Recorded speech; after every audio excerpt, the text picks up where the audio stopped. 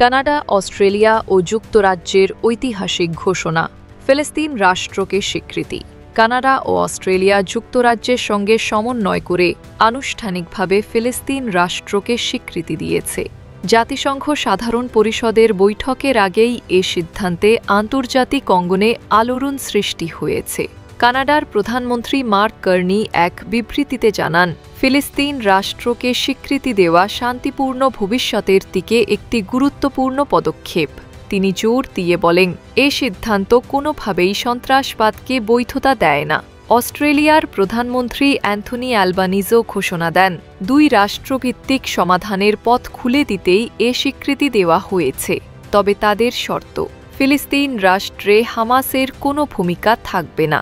একই সঙ্গে যুক্তরাজ্যের প্রধানমন্ত্রী কিয়ার স্টারমার বলেন, এ স্বীকৃতি ফিলিস্তিনি ও ইসরায়েলিদের জন্য শান্তির আশা পুনরুজ্জীবিত করবে। তবে গাজার চলমান যুদ্ধে ইতিমধ্যেই নিহত হয়েছে ৬৫,০০০-এরও বেশি ফিলিস্তিনি। এ কারণে ইসরায়েল এখন আন্তর্জাতিক অঙ্গনে ক্রমশ একঘরে হয়ে পড়ছে। আসন্ন জাতিসংঘ অধিবেশনে ফ্রান্স সহ আরও কয়েকটি দেশ ফিলিস্তিন রাষ্ট্রকে স্বীকৃতি দিতে পারে।